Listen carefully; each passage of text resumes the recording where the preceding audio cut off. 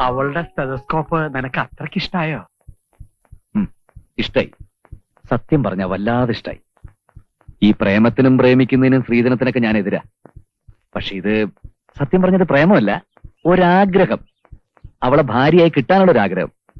കുഞ്ഞമ്മാവൻ ഇതെനിക്ക് വേണ്ടി ഒന്ന് അന്വേഷിക്കണം. അഡ്രസ് ഞാൻ തരാം. അതും അവള് തന്നോ? തരക്കേടില്ലല്ലോ.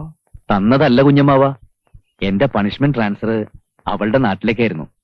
അവളുടെ വീട്ടിലാ ആദ്യം ഞാൻ ഫീസ് ഇട്ടത്. ഓ, എന്റെ തൃപ്പങ്കോട്ട് ഭഗവതി. എന്നിട്ട്? നല്ല കുടുംബം, നല്ല കുട്ടി. പിന്നെ പഴയ ഒരു അധികാരിയുടെ പേരക്കുട്ടിയാ. അങ്ങേരൊരു പേരെടുത്ത തായമ്പാകാരം കൂടിയാ. ആഹാ, അപ്പൊ പാരമ്പര്യവും സമം. എന്ന് വെച്ചാൽ ശ്രുതി നീ സൗകര്യത്തിന് ചേർത്ത് കഴിഞ്ഞു. ഇനി വാദ്യം ഞാൻ തുടങ്ങിയേ വേണ്ടു. അന്വേഷണം കൂടെ മുറുക്കിക്കൊള്ളാം.